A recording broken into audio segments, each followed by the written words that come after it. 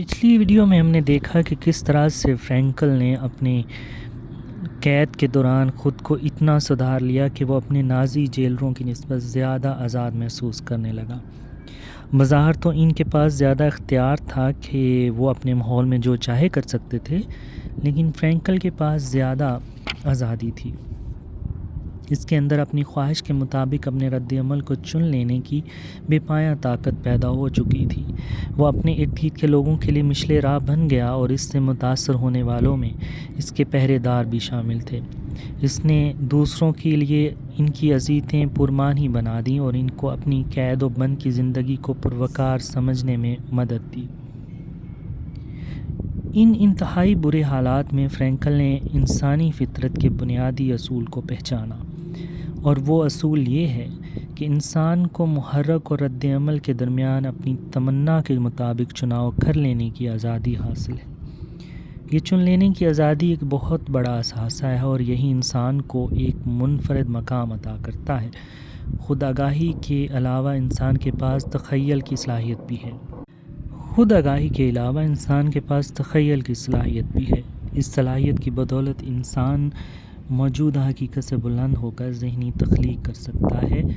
پھر ہمارے پاس ضمیر ہے جو ہمیں صحیح اور غلط کی تمیز کا گہرا شعور دیتا ہے۔ ہمیں اس کا احساس بھی دلاتا رہتا ہے کہ ہماری سوچیں اور عمل کس حد تک ان اصولوں کے ساتھ ہم آہنگ ہیں، اور پھر ہمیں عمل کی خود مختاری یعنی ودیت کی گئی ہے۔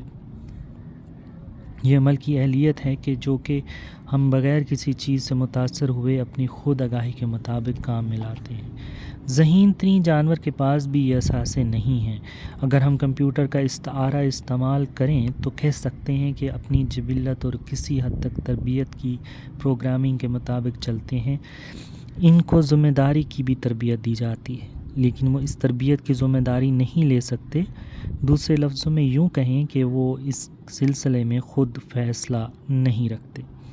وہ اپنی پروگرامنگ میں رد و بدل نہیں کر سکتے اور نہ ہی انہیں اس کا احساس ہوتا ہے، لیکن ہم اپنی ٹریننگ اور جبلت کے مقابل ان منفرد اثاثوں کی بدولت اپنی پروگرامنگ تبدیل کر سکتے ہیں اور اپنے بارے میں نئے پروگرام تشکیل دے سکنے پر قادر ہیں۔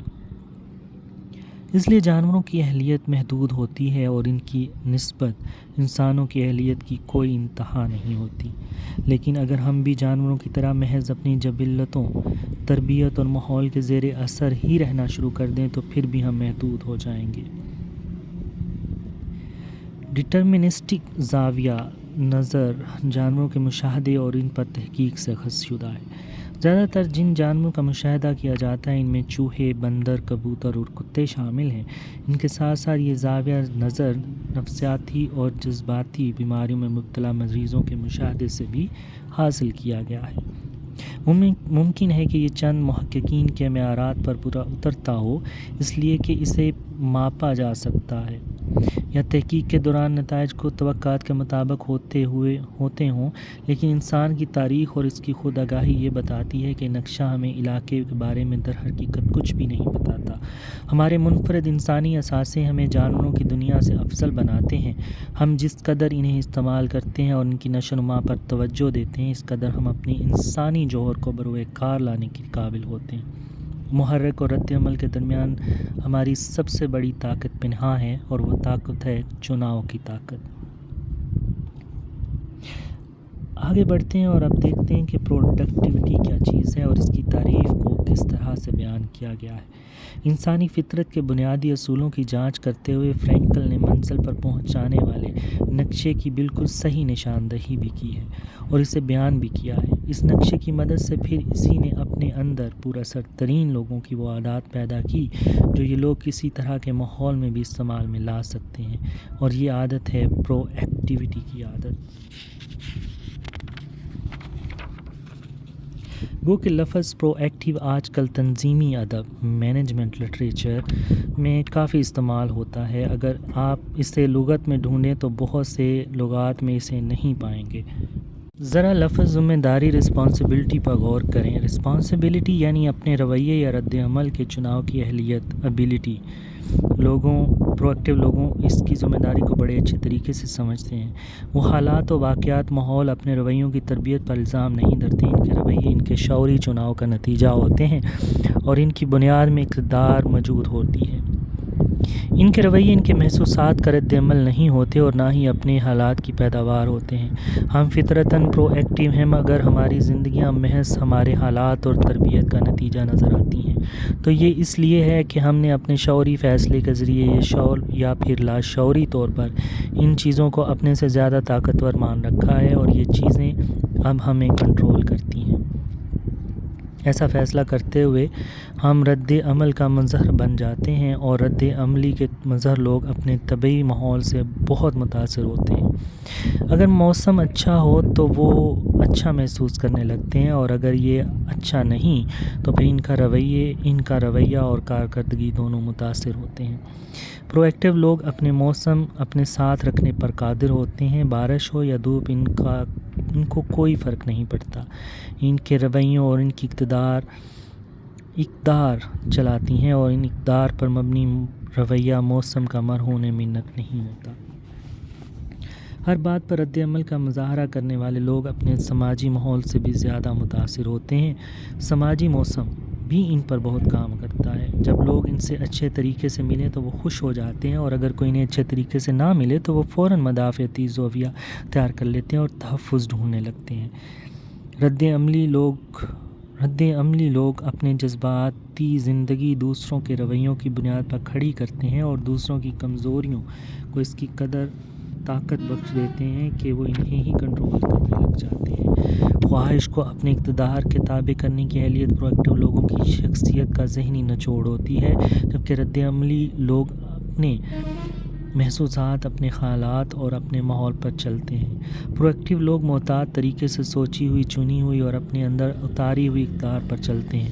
پرو ایکٹیو لوگ بھی بیرونی محرکات، طبعی، سماجی، نفسیاتی متاثر تو ہوتے ہیں، لیکن ان کا محرکات پر ان کا رد عمل شعوری یا غیر شعوری اقدار پر مبنی رد عمل کے چناؤ پر ہوتا ہے۔